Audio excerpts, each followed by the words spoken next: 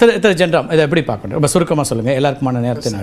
அதாவது பழைய மாணவர்களை சமாளிக்கிறது கொஞ்சம் கஷ்டம்தான் அப்படின்னு சொன்னது ரஜினிகாந்த் சொன்னது வந்து ரொம்ப கேஷுவலாக சாதாரணமாக சொன்ன ஸ்டேட்மெண்ட்டாகத்தான் தெரிந்தது. அரங்கமே அதிர்ந்தது.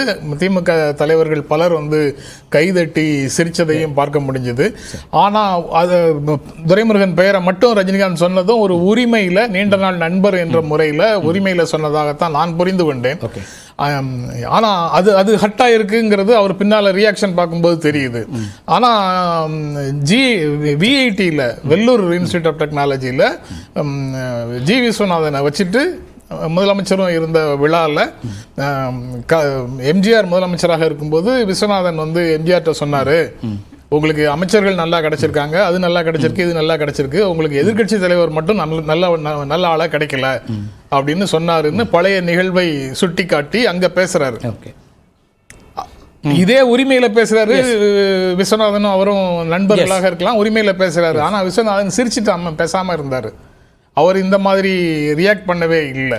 ஆனா அப்படி இருப்பாருன்னு எதிர்பார்த்த துரைமுருகன் வந்து கடுமையாக ரியாக்ட் பண்றாரு. அது போக அந்த பிரச்சனை வந்து கட்சிக்குள்ள இருக்குங்கிறதும் உண்மைதான். கட்சிக்குள்ள இல்ல, ரொம்ப காலமா அரசியல் களத்திலேயே இருக்குது. ஒரு வயது வரம்பு வைக்கணுமா அரசியல்ல ஓய்வு பெறுவதற்கு அப்படிங்கிற விவாதம் வந்து ரொம்ப காலமா நடந்துகிட்டு இருக்குது. அப்படி இருக்கக்கூடிய ஒரு சூழல்ல பாஜக 75 ஓய்வு வயது வச்சிருக்காங்க. எல்லாரும் சில கட்சிகள் எல்லாருக்கும் வச்சிருக்காங்களாங்கிறது இன்னொரு எக்ஸம்ஷன் சில பேருக்கு இருக்குதானே. சரி சரி, அதை யார் அளவுகோல்ங்கிறது அடுத்த கேள்வி. சரி சொல்லுங்க. ஓகே. ஆனா சீனியர் அனுபவம் மிக்கவர்கள், வயதானவர்கள் இளைஞர்களுக்கு வழிவிட வேண்டும், தம்பி வா தலைமை ஏற்கவா அப்படிங்கிறத கோட் பண்ணி பல மேடைகளை பார்த்துருக்கிறோம். ஓகே. சீனியராகவும் இருந்து பெர்ஃபார்மன்ஸ்லையும் பிரச்சனை இருந்ததுன்னா கண்டிப்பாக தலைமையே உறுதியாக நடவடிக்கை எடுக்கணும். வேற எந்த கன்சிடரேஷனும் தேவையில்லை. அப்படி சீனியராகவும் இருந்து பெர்ஃபார்மன்ஸ்லையும் குறைவாக இருக்கக்கூடிய நபர்களை இதை சாக்கிட்டாவது முதலமைச்சர் வந்து மாற்றிவிட வேண்டும் அப்படிங்கிற உணர்வு தான் இந்த எபிசோட பார்க்கும்போது வருது. நேற்று ஒரு கோரிக்கையை உதயநிதி அவர்களும் முன்வைக்கிறாரு. இளைஞர்களுக்கு வழிவிட்டு அவர்களை கை தூக்கி விட்டு அதுக்கான ஸ்பேஸ் கிரியேட் பண்ணணுன்றாரு. இது எல்லாமே அதை நோக்கி அல்லது அந்த எண்ணத்தை பிரதிபலிக்கக்கூடிய ஒரு அம்சம் அப்படின்னு நடந்த நிகழ்வுகள் அதை நோக்கி தான் தள்ளும் பிரச்சனைகளை அப்படின்னு நான் நினைக்கிறேன். ஓகே. திரு நாகராஜ், இந்த விஷயத்தில் சுனாமி மாதிரி ரஜினிகாந்த் அப்படின்னு தமிழிசை அவர்கள் சொல்கிறாங்க, மற்றவங்களும் கருத்து சொல்கிறாங்க. உங்களுக்கு ஒரு பெரிய கோபம் வந்துச்சு, வருத்தம் இருந்துச்சு. அண்ணாமலை எங்கள் கட்சி பாஜக உட்கட்சி பிரச்சனையில் நீங்கள் எப்படி கருத்து சொல்லான்னு திரு எடப்பாடி பழனிசாமி மீது மிக வேகமாக பாய்ந்தீர்கள். இப்போ திமுகவோட உட்கட்சி பிரச்சனையில் உங்களுக்கு என்ன சார் பிரச்சனை? சார், முதல்வரோட மனம் உணர்ந்து ஒரு நீண்டகால நண்பர், அந்த குடும்பத்தோட நெருக்கமாக இருக்கிறவர், அவர் அரசியல்வாதி இல்லைங்களே. அவர் ரஜினிகாந்த் ஒரு நடிகர், ஆக்டர். அவர் வந்து ஒரு முதல்வரோட மனம் உணர்ந்து சொல்லியிருக்காரு. ஏன்னா கடந்த சில நாட்களுக்கு முன்பாக முதலமைச்சர் சொன்னாங்க, எனக்கு இரவெல்லாம் தூக்கம் வருவதில்லை, காலையில் எந்திரிச்சா என்ன பேசுவாங்களோ என்ன தகவல் வருமோ என்று பயமாக இருக்கிறது அப்படின்னு ஒரு செய்தியை வெளியிட்டாங்க. ஆனால் அந்த வகையில் அது நல்லா உணர்ந்து கொண்ட ரஜினிகாந்த் அவர்கள் மிக ஜாக்கிரதையாக வெளிப்படையாக பேசியிருக்காங்க. அவர் பேசுனதில் 1000 அர்த்தங்கள் உண்டு. ரொம்ப தெளிவாக ஒன்று, இவங்கெல்லாம் எவ்வளோ தொலை பண்ணுறாங்க அப்படிங்கிறது, இவ்வளோ உட்கட்சி அவர் முதலமைச்சர் ஃபேஸ் பண்ணுறாங்கிற பிரச்சனை ஒன்று. இன்னொன்று, அப்படியே அடுத்த கட்டமாக இளைஞருக்கு வழிபடணும், உதயநிதியும் கொண்டு வரணும் அப்படிங்கிற இந்த மாதிரி விஷயங்களை டச் பண்ணது. இல்லை 2 பெருமையான விஷயம் என்னன்னு கேட்டிங்கன்னா, ஒன்று, ராஜ்நாத் சிங் அவர்கள் வந்து கலைஞர் அவர்களுக்கு ஸ்டாண்டிங் ஓவேஷன் கொடுத்தாங்க. அப்போ முதலமைச்சர் சொன்னாங்க, நான் இரவெல்லாம் தூங்கல, மகிழ்ச்சியில் நாங்கள். ஆக அவரை நாங்கள் முதல் முறையாக மகிழ்ச்சியில் ஆழ்த்திருக்கோம். ரெண்டாவது, இப்போ ரஜினி அவர்கள் நேற்று பேசி நீங்க கவனிச்சிருப்பீங்க, ஸ்டாலின் பர்மிஷன் வாங்காம இல்ல ஸ்டாலின் அவர்கள் விழுந்து சிரிச்சாங்க. பாருங்க, ஒருத்தர் மகிழ்ச்சி படுத்துறதுக்கெல்லாம் பர்மிஷன் வாங்க வேண்டியது இல்லைங்க. அவரோட வேதனையிலிருந்து வெளிவந்து ரஜினிகாந்த் சொன்னாரு, ராஜ்நாத் சிங் சும்மா பேசிட முடியாது, மேல இருக்கிறவங்க 2 பேர் சொல்லாம அப்படின்னாரு. ரஜினிகாந்த் அது மாதிரி இன்ஸ்ட்ரக்ஷன் கொடுக்குறாங்க நமக்கு தெரியாது. ராஜ்நாத் சிங் அவர்களுக்கான இன்ஸ்ட்ரக்ஷனை பத்தி கட்சியிலங்க, இப்ப நான் இங்க பேசுறதுனாலும் சரி, யார் பேசினாலும் சரிங்க, நியாயமான விஷயத்தை பேசுவதற்கு கட்சியில் எப்போதும் தடமில்லை, உண்மையை பேசுவதற்கு எப்போதும் தடையில்லை. அது மாதிரி நான் இங்க பேசிட்டு இருக்கேன். ரஜினிகாந்த் அப்படிதான் பேசியிருக்காரு, ராஜ்நாத் சிங் அப்படிதான் பேசியிருக்காரு. திரு சத்யன், திரு கேபி முனுசாமி ஒரு விஷயம் சொல்றாரு, இது முதலமைச்சரே சொல்லி தான் பேசியிருப்பாருன்னு. இப்படி ஒரு விமர்சனத்தை எப்படி வைக்கிறீங்க? நமக்கு அதிமுகவுக்குள்ள இருக்கிற குழப்பங்களை தவிர்ப்பதற்கு திமுகவுக்குள்ள சீனியர் ஜூனியர்னு ஒன்று சொல்ல நல்ல ஒரு வாய்ப்பு, அப்படி பயன்படுத்திடுவோம் அப்படின்னு ஒரு பாலத்துக்கு போட்டிங்களா? இல்லை என்ன தகவல் உங்களுக்கு தனியாக கிடைக்குது? ரஜினிகாந்த் அப்படிலாம் இன்னொருத்தர் சொல்லி பேசக்கூடியவரா? இல்லை, கைப்புண்ணு கண்ணாடி இருக்கு சார்.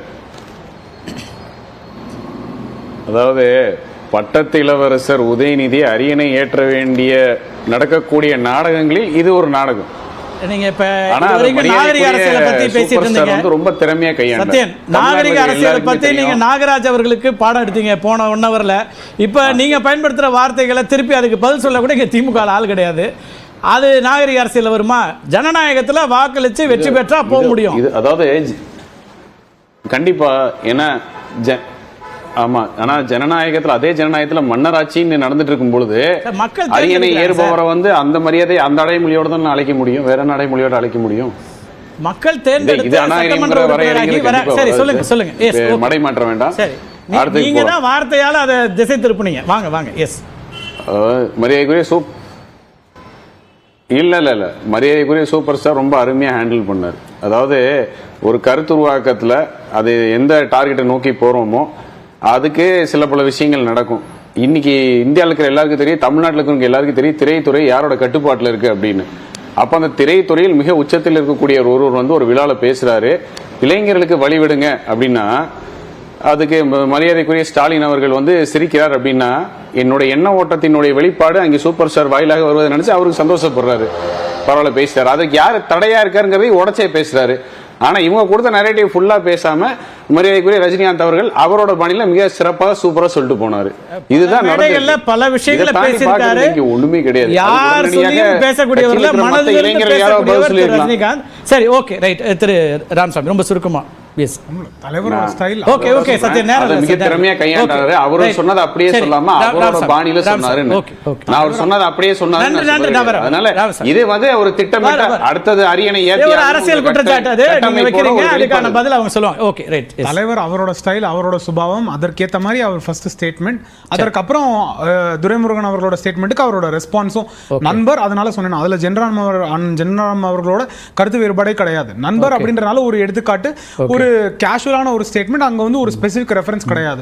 அது எல்லாருமே ஒரே மாதிரி எடுத்துட்டு போயிருக்கலாம். அதோட ரெஸ்பான்ஸும் பெட்டரா இருந்திருக்கலாம். திமுக எஸ்பிஎலோட நிறைவு செய்றேன். எஸ்பிஎல் எப்படி பாக்குறீங்க இந்த விஷயத்தை? அந்த விழாவில் ரஜினிகாந்த் பேசியது உள்ளத்தின் அடியிலிருந்து பேசினார், வெள்ளந்தியாக பேசினார்னு கிராமத்துல சொல்லுவோம். உள்ளொன்று வைத்து புறமொன்று பேசாமல் தான் என்ன நினைக்கிறோனோ அதை பற்றிய விளைவுகளை பற்றி கவலைப்படாமல் தன் மனதில் பட்டதை வெளிப்படையாக பேசினார். கலைஞர் சம்பந்தப்பட்ட நிகழ்ச்சிகளோட கலைஞருடைய சாதனைகளை சொல்லி அவர் இந்த இயக்கத்தை கட்டமைத்து வழிநடத்தியதனுடைய கஷ்டங்களை சொல்லி, அப்படிப்பட்ட இயக்கத்தை அவருடைய மரணத்திற்கு பிறகு ஸ்டாலின் எப்படி தலைமை பொறுப்பேற்று வெற்றிகரமாக நடத்தினார், 2-3 பொதுத் தேர்தலில் வெற்றியை நிலைநாட்டினார்னு சொல்லிட்டு, இந்த அரசியலும் கூட சீனியர்களை, எந்த மாதிரி சீனியர்களை, கலைஞரின் கண்ணிலேயே விரல் விட்டு ஆட்டக்கூடியவர் சொன்னது அவரை கொச்சைப்படுத்துவது அல்ல, துரைமுருகனுக்கு பெருமதா, கலைஞரையே சமாளிக்கும் ஆற்றல் பெற்றவர் அப்படிங்கிற அர்த்தம் தான் யாருமே புரிஞ்சுக்க முடியும்.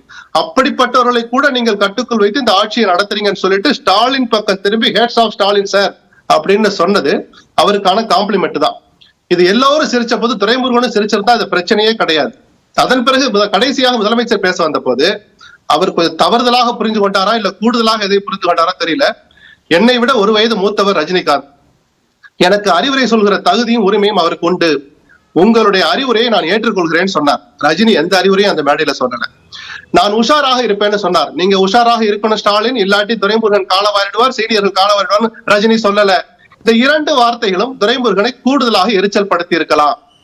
குபேந்திரன் சொன்ன மாதிரி சீனியர்கள் இல்லாமல் திராவிட மாடல் ஆட்சியை நான் நடத்த முடியாது, அவருடைய ஆலோசனைகள் தான் எனக்கு கை கொடுக்கும் சொல்லி இருந்தா இந்த பிரச்சனையே இல்ல. சரி, ஸ்டாலின் தனிப்பட்ட முறையில் ஒரு உதாரணத்துக்கு என்ன அவரு குபேந்திரன் சொன்ன அதே அடிப்படையில சொல்ற,